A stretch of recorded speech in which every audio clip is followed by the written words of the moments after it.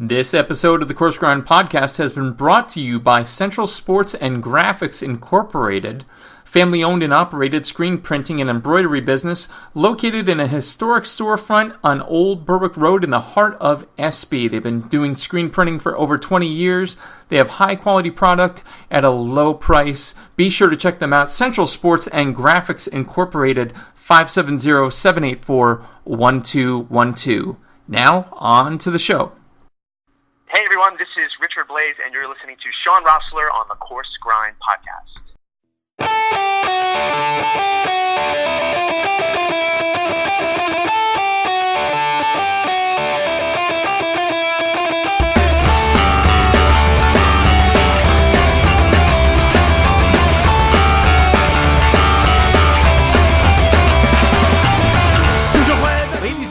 Welcome back. This is episode number 83 of the Coarse Grind Podcast. With you, as always, host creator Shawn Rosler. How is everyone doing this evening? You know, finally stepping away from live broadcasts and recaps, which I get it. I've done a good number of lately. It's been a busy time for me. I'm finally starting to get back into interviewing folks in a more standard format. I know, boring as that may sound, tonight's guest hails from what very well may have been one of the most culinary transformative 24 hours I've ever experienced. So I've got a soft spot in my heart for her by default. Now, add to this her post that I saw just today that nudes are so yesterday and that she'd rather see a dude decked out in full-on plate mail, wielding a utensil of bludgeony goodness. Strap your asses in, kids. It's going to get a little crazy. So tonight's guest spent many years as a private contractor chef, which allowed her to do some really cool and potentially non-traditional things. Just to name one, for sake of example, she spent 6 months in France cooking for a team of archaeologists in the Dordogne River Valley. No big deal, right? In Wisconsin, she spent a total of 3 years or so working as a butcher for Otto's in Luxembourg. There, she would butcher everything from sheep, pigs, to cows, ostriches, llamas, elk, even an occasional bison from time to time. I even hear that there's a story about zombie elk. This worked out well for her, though, as when she was a kid, she read a book by Jean-Georges called My Side of the Mountain. What she tells is her start on foraging and wild crafting. She even had a homestead in Wisconsin that was a 5-acre farm where 90% of what she ate was raised. Fast forward, she's currently found acting as the culinary operations director for My Lucky Noodles, which by now I'm sure you all recognize as the pop-up catering awesomeness from friends of the show, chefs Beth, Aretsky, and Michael Pardus. My guess, though, is that even with all of this said, there's still a hell of a lot more to tell, and that's just going off the sheer potential of zombie elk. So let's get her on and telling more of her story, ladies and gentlemen, and everyone in between. Our guest this evening, the culinary operations director of My Lucky Noodles, Chef Christine Campbell. How's it going, Chef? It's good. How are you, son? I'm doing awesome. It was truly an honor to meet you as briefly as I got to, and as soon as I saw zombie elk and plate mail, I knew there was going to be some layers to this onion that I really wanted to dig into. So I think it's going to prove an interesting story, to say the very least. So folks new to the program, folks with shitty short-term memories like yours truly, starters, mains, and afters. Starters, we talk about where the individual in question has come from. Mains, we talk about where they're at. And afters, a little bit more off the cuff, a little more irreverent, if you will. But no one's ever been injured in 82 episodes. I don't foresee that happening now. So without further ado... Challenge accepted. Yeah, so, are we going for hurt? That's good. I like that. Without further ado then, Chef, tell me about where and what you grew up eating. Well, as my mother will tell you, she's not a phenomenal cook. I grew up eating in a lot of restaurants. I was very, very lucky. My upbringing allowed me to try some really cool stuff from an early age. So, grew up eating anything I could. The weirdest things on the menu were generally what I ordered, and it holds true to this day, actually. Really? So Yeah. Weirdest thing when you were a kid, what would be an example of something you would have pulled out? I'd eaten, let's see, before the age of 10, I think I'd eaten bear, rattlesnake, kangaroo, anything that came out of the ocean. I grew up on Long Island, so whatever we could dig up out of the water, I definitely ate. Wow. But then, in addition to that, bear, kangaroo, so crazy. So you already had your radar turned on. You were already plugged into exploring a bit, if you will. Oh, yeah, for sure. Cool. So it's safe to say that you weren't picky, per se. You just maybe didn't prefer mom's cooking. You preferred going out to the restaurant and ordering the freaky shit. There's only one thing I will not eat, and it's really kind of an oddball thing. What's that? Tomatoes. What? Like, still? I swear to God, I try every single year. I try homegrown, I try store-bought, I try black, yellow, red, whatever. Heirloom, doesn't matter. I hate the texture of fresh tomatoes it makes me get. I'll eat brains all day, but I can't eat a tomato. You'll eat brains and sweetbreads, but you can't handle the tomato. That's... Yeah, it's all in my head. I know this. It doesn't change the fact that it's true. All right. So, in the spirit of full disclosure, I can't shit on anybody in this department because I have a pudding issue. I can't do pudding for the same reason. It could be brilliantly delicious, and I'm sure it is. I can't get myself near that or Jell-O. It's the concept. You and I are all right. So I'll go with you on the Jell-O too. No shit, really? You're in the same boat. I can choke Jell-O down, but I choose not to. I can choke Jell-O down if it's in a shot, but beyond that, like, I see no reason to do that. To me, it's always too much texture, not enough flavor. I love it. Oh my God, I love it. We're cut from the same cloth. This is awesome. Right? This is awesome. So, looking at the childhood. Apparently, you don't have an armor set in. All right. Here we go. We're pulling it back, kids. 83 episodes in, 5 years. I'm pulling it back.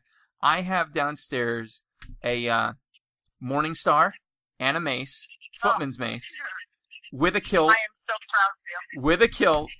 I don't have chainmail. I almost got a chainmail top though. Really? We need to. I can hook you up. I know someone who can make you some chainmail. I need to get this shit off the air, and we just need to text about this because. Okay. Yeah, let's just say there's a long-standing history of geekdom involving armor and weapons and so on and so forth. So that's. I may be going home to a chainmail shirt and a kilt right now. So if I get lucky, you can get a picture. Oh my God! All right. Oh, okay. All right. Shit's on right now. I'll send you a podcast shirt. You send me a chainmail shirt. We're on. We'll work on it. All right. Fair enough. Hey, so how about the food? Back to the food. Yeah. So, Mom wasn't a great cook. You were a very explorative eater. Were there any foods from? The story. Okay. When I was about 14, my dad bought a French cook, and he decided he was going to learn how to cook. It was going to be his new hobby. Okay. So he brought this cookbook home, and he'd been fishing through it all day. He ran to the store to go buy some ingredients. By the time he got back, I had 3 different courses laid out. So he just kind of blinked a few times and looked at me and goes, "Okay, you cook, I'll buy the wine." And he turned around and walked right back out of the house and we started educating ourselves on, wine and stuff like that. And I started cooking, and that was the beginning of the end. So at 14, that was it. That was the push of the stone to roll down the hill. Yep. No shit. And I'm sorry, what book was it? It is a book called At Home with the French Classics. It was nothing fancy, nothing exciting. It was just simplified versions of classic French things. The very first thing I ever made was broccoli with béarnaise sauce. Wow! But doing the first thing you made was a béarnaise. I mean. And it didn't break. I am damn proud of that. I was just gonna ask you, I still break sauces at 41. If you're not doing that at 14. Clearly, your destiny was written. I break them all the time now, but that one didn't break, and I think that's what really encouraged me. Not the first. It's kind of like shooting a birdie. The first hole of golf you play, you're like, I love this shit, and then struggling the rest of the time. Yeah. Awesome. It was a huge confidence booster. Oh sure, yeah. And then the rest of the time, you're like, fucking souffle. God damn it. Right. Cool. And then I learned if you make it with whole butter instead of clarified butter, it's a lot more likely to hold together. Really? See, I didn't know that. Here I am learning shit. That's fantastic. That is fantastic. So, it's safe to say, the question at this point typically is, growing up, who was your greatest culinary influence? It's almost kind of like a cheater response, but it was kind of your dad, but in a roundabout way. Pretty much anyone I could watch, anyone I could talk to. Oh, My nice. next door neighbor's best friends were from India, so anytime they came over, I was over there in their kitchen learning. Wow. I had friends from all over the world in my high school, and I made a point to invade their families as much as I could. Oh, that's... I mean, I dated a Greek guy for a while just to get his mom's tzatziki recipe. And that's it. You got the tzatziki recipe, and you were out the door. I did, and I use it all the time. It was worth every minute of that hairy back. Oh. Oh, shit. I swear to God, for about 2 seconds... Nick, if you're listening, I missed you. I thought I misheard it for about 2 seconds, and I'm like, nope. That's awesome. And yes, to be fair, yeah, I think it is worth it. Oh, totally. I mean, from my point of view. Anyway, moving on. That got weird. So at 14, you start to pick this up. But talk to me about when it was that it became more than just picking it up and doing it. Talk to me about when it was pretty much to hell with everything else. I want to do this with my life. When I realized that any mood I was in affected what I was cooking, and what I was cooking affected my moods in return. You could always tell when I had a bad day, I'd start baking. Really? And it would honestly make me feel better. Yeah, I bake when I'm mad.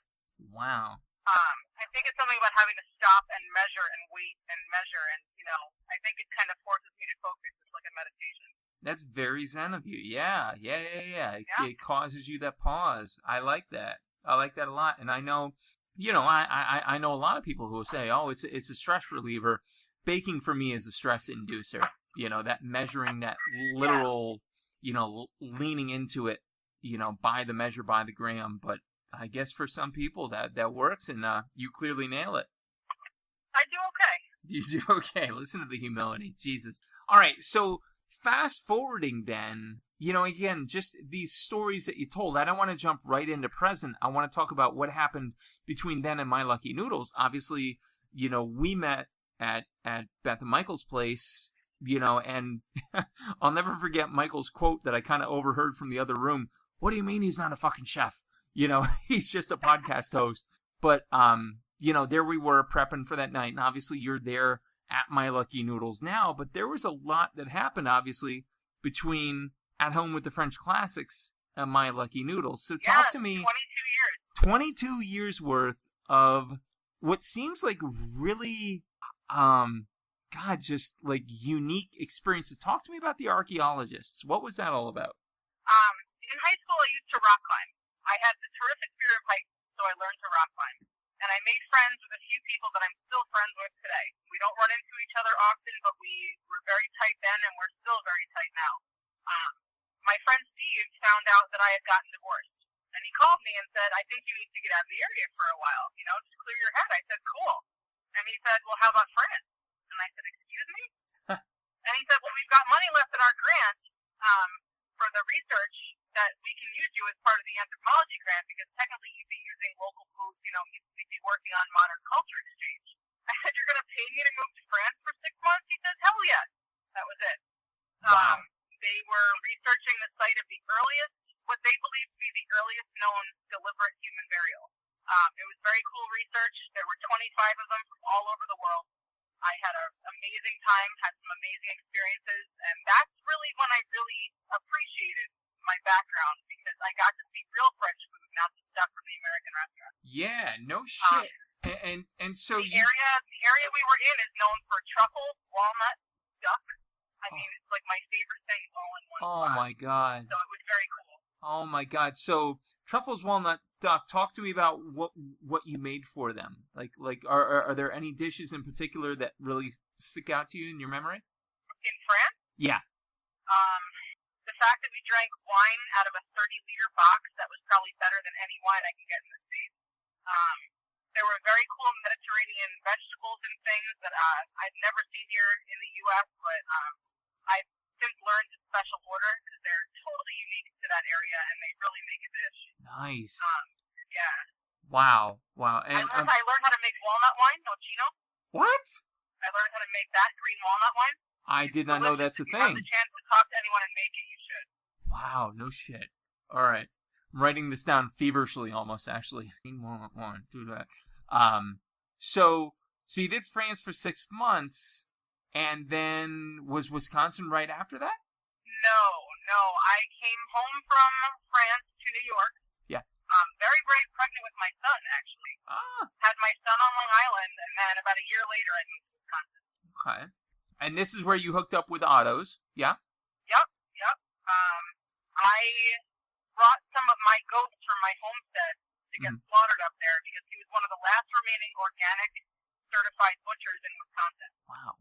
And I had a few years of meat cutting under my belt and said, hey, do you guys need help? I don't. And Otto took one look at me, looked me up and down and said, sure, why not? Nice. And over the next, I'd say, 5 years, I worked 3 out of those 5 years for Otto, and I wouldn't pass up those experiences for the world. That's phenomenal. I'm sure you learned just as much as you gave. I learned more than I ever thought I could, and I know it's not even touching what I could have learned had I stayed on. Wow, because like where else? I realize this might be a potential layperson, borderline ignorant statement, but like where else are you going to butcher ostrich and llama? Maybe elk. I've had bison, so I know that like, that's even around the here. The llamas were mine. Mm-hmm. The llamas were given to me, and I saw no purpose in keeping them, so I brought them into butcher. They are delicious. If you get the opportunity, you should try it. What is the textural flavor profile comparison to? I hate to do this game because it's, It looks and smells like beef. It's a little bit gamier. I'd say maybe halfway between beef and venison. Really? And I love venison too. Like if you shot and ate a deer out of a cornfield, that's pretty much what it looks like. I can do that from my back deck. That's kind of a good Excellent. Thing. Awesome. And then ostrich. I mean, that's got to just be a weird thing to butcher. Maybe not even the flavor.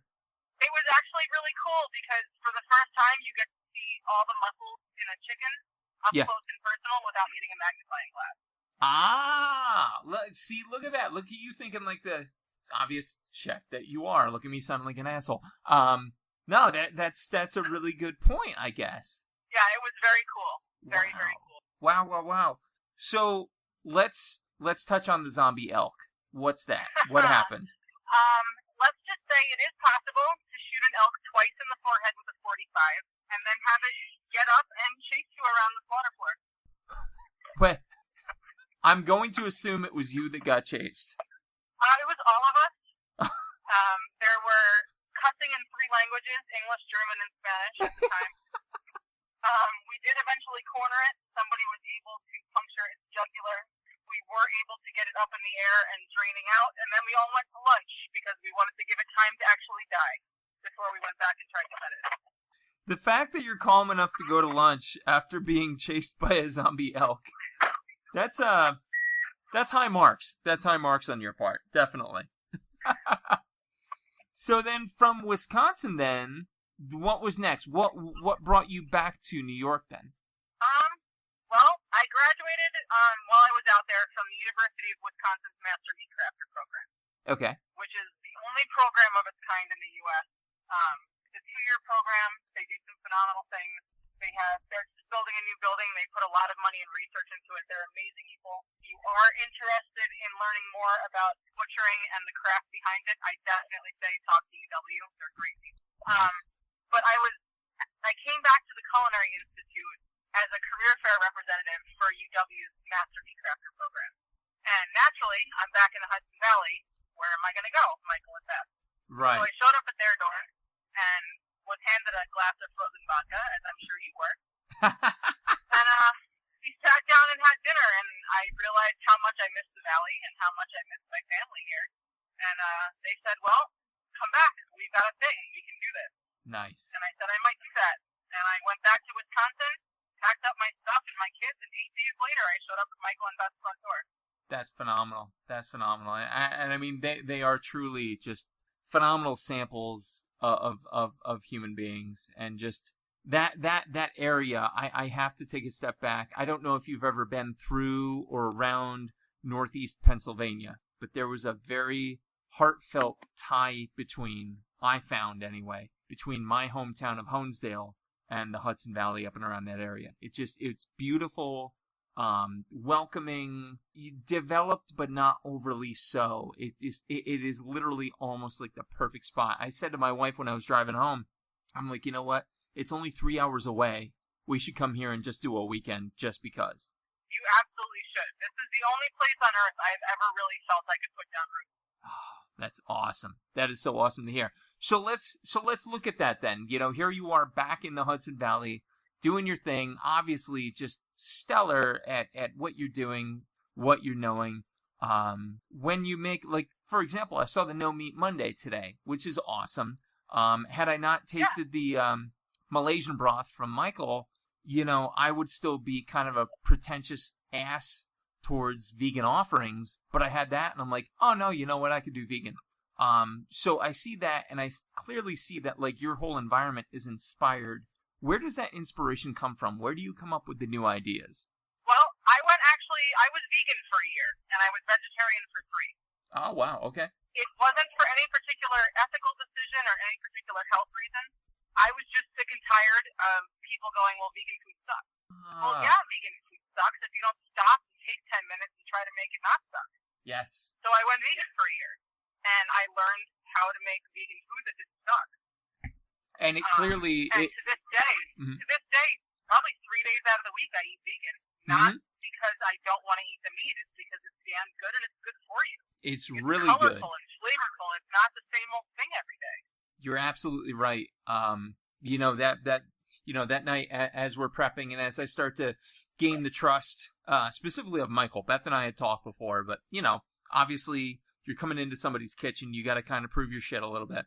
And so, you know, I'm fine, I'm out there, and he starts letting me sample these flavors. And the kefir lime with the salt, just the slightest little pinch, blew my mouth apart. It was literally just brilliant. And then he said, all right, so this is now going to be a part of this Malaysian broth. That's what adds the flavor to it. So the next day I tried it, and I was ready to sign up. I'm like, you know what? I can go vegan for this. This is beautiful. And next time you get your hands on some of that salt, try it in a margarita. Oh, don't to me. And by that, of course, I mean do it to me. Yeah, it was just so educational, and that's why, you know, a lot of people are like, what are you doing this weekend? I'm like, yeah, I'm going to a friend's house. I'm going to help him cook. Okay. I learned so much in 24 hours. Just blew my mind completely. So that's a really cool place actually to draw that inspiration from. And that's, you know, for what it's worth from me as an opinion, like, what a great reason to go that route, to figure out how you can help these people. It's not just, I actually just got done saying this to somebody else. You know, anytime you have the vegan guest, you have the vegetarian guest, so many places will just be a dick about it and say, oh, here's some steamed veg, or here's a, you know, whatever. Like, do a little bit more with it. Stop being lazy about it. Yeah, it's a shame that people, I mean, like any other bias in the universe. Yeah. No, for real. For sure. So, talking about the career, obviously what's brought you, you know, right back front to center here in the Hudson Valley, I imagine you're pretty tuned into what people are eating, what people are liking, and what, you know, trends are in the industry rather. Do you feel like there's a next big thing coming down the pipe that we should all be watching for? I think what everyone should be paying attention to right now, and the people that are really involved in the food industry is the slow food movement and the movement to preserve older vegetables that aren't necessarily designed for long free trips. Mm-hmm. The stuff that's more local to your region. People are now paying more attention to quality than they are to how cheap they can get it, which is great. Yeah. I think that's why there's a resurgence of vegetarian food, because it's way easier and less expensive to get good quality local vegetables than in some spots than it is to get, you know, meat-heavy items. Right. People are starting to do more meat shares. They're paying attention to how their animals are raised and what their animals are raised. So I really think it's not so much a next big thing, but it's going to be a continuation of that resurgence of care for food. Yeah. Yeah, and I mean, do you think to a point that resurgence, that awareness is because of food media itself? You know, this year, I'll indulge myself but for a moment. This year was the first year that the James Beard Awards had media awards in podcasting and media like that. Do you think it's because people are tuning into it more actively, or do you think it's because there's more sources of the knowledge out there for them? Oh. Ah. I think it's an availability of information. I mean, we have the availability for so much information right at our fingertips, with smartphones, with people, with college, with educate themselves. And now that it seems to be more okay to be a food nerd, to use that word nerd, whatever you want. Love it. I think now it's cool. So people are not afraid to educate themselves about the weird things that they like. And it's really paying off in a good way. Because all of us crazy food nerds can now go, no, I did research on that. I wrote a paper on it. I spent 3 years screwing around trying to get this right, and this is how I came up with it. Exactly. No, and exactly. People like you who talk to us and say, no, tell me. Yeah. You're willing to listen, you're willing to hear, and you're willing to try. Yeah, I mean, 5 years, I've never, again, in the spirit of full disclosure, I've never been the guy that's okay to not know something. I've always felt like I have to know everything and, whatever. But when it comes to this, for 5 years now, I've been okay with saying, I don't know, can you tell me, can you teach me? And I've had more fun in my life since I stopped trying to be the pighead that knows everything. Yep. And now I'm the annoying one that walks into places and goes, teach me. Yep. And I've learned so much and had so much fun and met so many really cool people because there's other people out there willing to share. No, totally. You are 1,000% correct. And then at the end of it, when you know it, then it's a moment of pride like very few others. Like when I was doing the banh mi's, the brat mi's rather, and we're kind of starting to hit the crowd's coming in, and a little bit of rough started getting my station set up in the walk-in. But at one point, I will remember this as long as I live. Michael walks in, he looks over, sees me with about 8 brat mi's wrapped up, ready to go. He looks down, looks at me, goes, all right, just keep making those till your fingers fall off. Good job. That good job, I swear to God, I can still hear it in my ears. And that's because I said, I need to see this. I don't understand this. Show me. And when we can slow down and we can ask that, what a great moment that is. Yeah. For sure. Yeah, and keep that in your head because there'll be a lot more moments where people go, what are you, a fucking idiot? And there will be people going, good job. Yeah. So, yeah, I remember those throughout my entire career. I have like a very short list of admirable compliments in my head that I run through when I need them. Yeah. Well, and it's good that it's a short list because it'd be hard to remember otherwise. So, good shit. Yeah. So all right. So the next big thing, maybe not the next big thing, but here's this thing that's a trend and a good trend at that. Talk to me about a trend that you know of that you want to see die a fiery, bludgeony death. Oh God, those stupid tight hipster pants. We're not just talking skinny jeans here, are we? No, the stupid ones that are skinny jeans that they wear like half gangster down their butt. Oh. But then they're skinny jeans, so they just say, the combination of the two has to die. I know it all too well. We see them around here. We are in a university town over here, so yeah, they're in abundance when the fall and the spring are in swing. So there's that. So yeah. I was really happy to see the deconstructed whatevers die. Good call. I got sick of seeing deconstructed ravioli, deconstructed BLT. Dude, that's lazy. Yep. That's called I don't want to make it. That's called I want to make the shit that goes in it and not make it.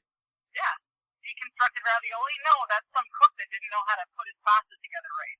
It was great marketing, but come on, dude. It's harder to eat that way. Exactly. No, exactly. All right. A deconstructed BLT is a salad with bacon on it. Order an iceberg wedge. Come on. Yes. Every time you get the chance to. The iceberg, I have said this time and time again, the iceberg wedge, if it is on the menu, is the bar by which the place should be measured. It's just a way to get blue cheese into your mouth, which I certainly don't object to. Right. So, I mean, I see no reason to rail against it. Cool. So, what's next for you? I mean, here you are with My Lucky Noodles, and it's really doing well, gaining traction, gaining popularity. What is the 5-year plan for Chef Christine Campbell? 5 years is a long time for me. I mean, at one point I moved 11 times in 10 years. Wow. The thought of staying in one place for 5 years is really intimidating. I'd like to get myself back in a position where I have some land and I can go back to, raising my food and things like that. I would love to be here in the Valley doing it. Yeah. I have been talking to the Culinary Institute, debating heading back into education, teaching. I do have a master's degree, so So Nice. the goal is potentially, keep going with My Lucky Noodles and possibly affiliate myself with the college as well. Nice. Awesome. I love to teach. Like I said, I love to teach. I love to learn.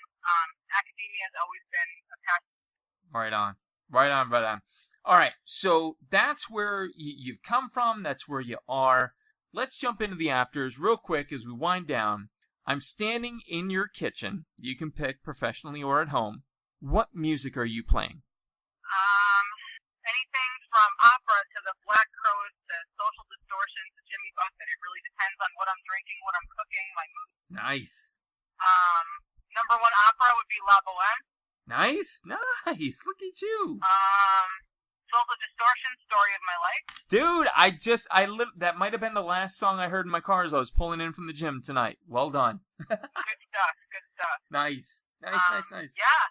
Awesome. My current playlist has music from, I think, the last 30 years on it right now. That's phenomenal.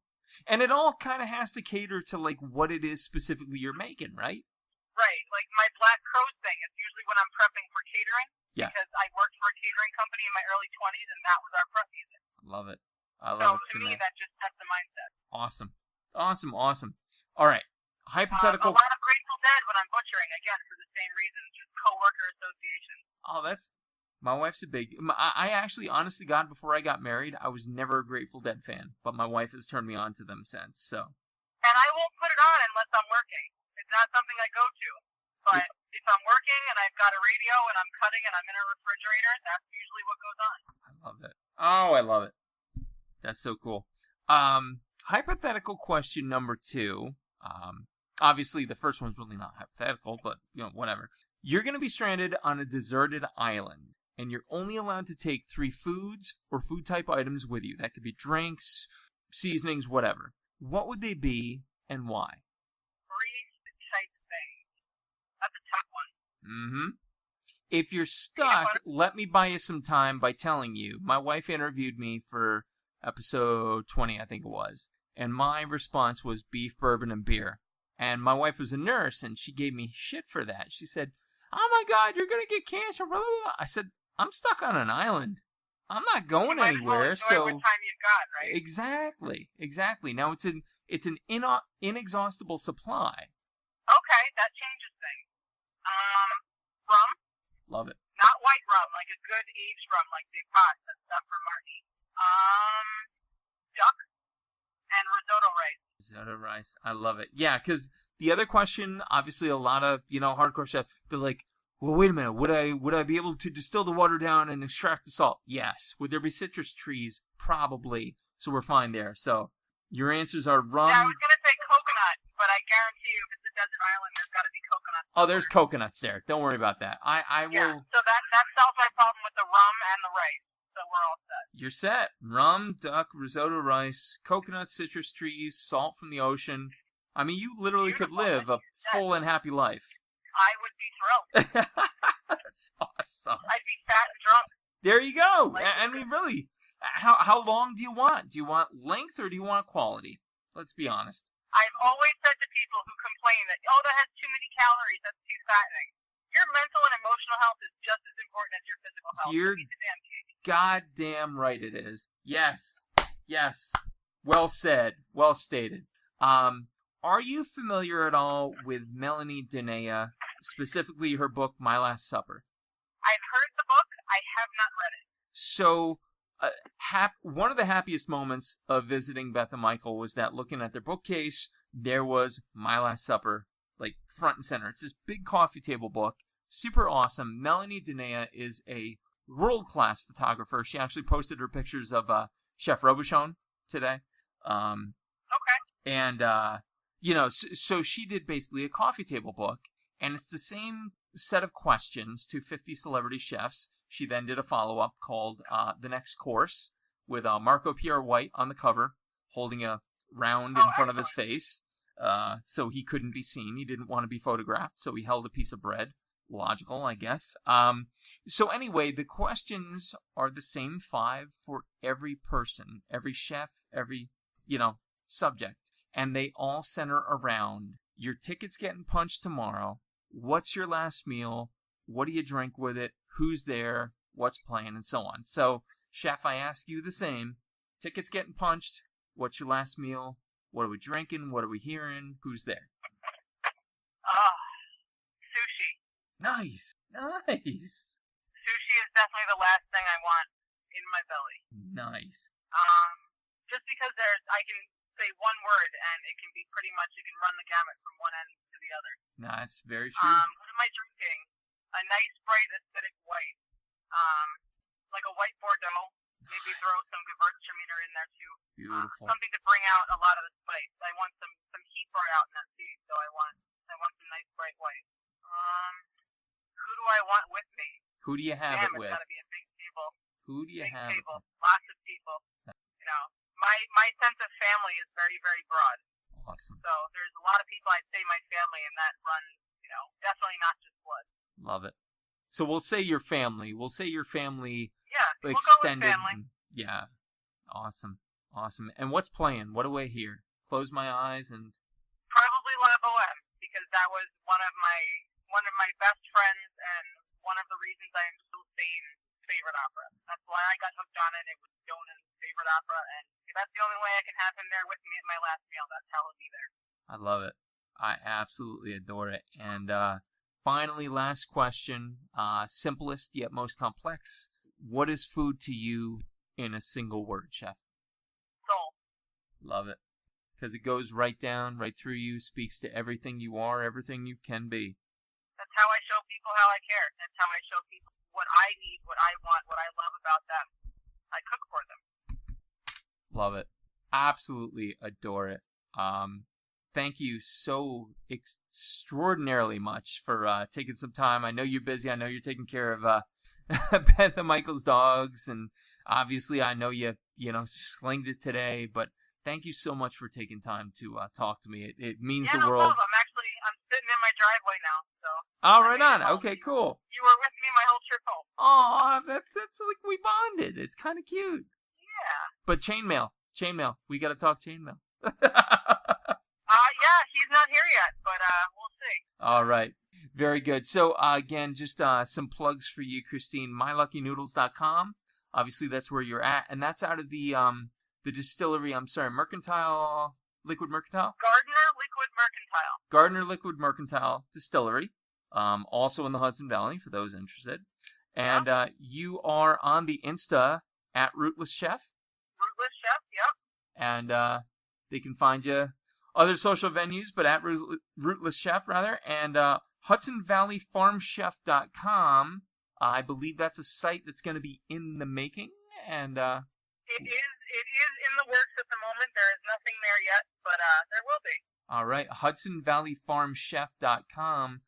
Stay tuned, and I know we'll talk a little bit offline about that. So, but again, Chef, thank you so much for sharing your ride home with me tonight, and just a really cool interview. I really appreciate it. Yeah, it was cool to talk to you again. Hopefully we'll see you soon. Absolutely. Ladies and gentlemen, this has been episode number 83 of the Coarse Grind Podcast. With me this evening, the fantastically butcherific Chef Christine Campbell. My producer, as always, has been the Reverend Johnny Lemuria, a.k.a. Johnny Leland Robinson. Be sure to check out all his steampunk libertarian happenings in the 18431 Honesdale zip code. Next episode will be number 84. Stay tuned.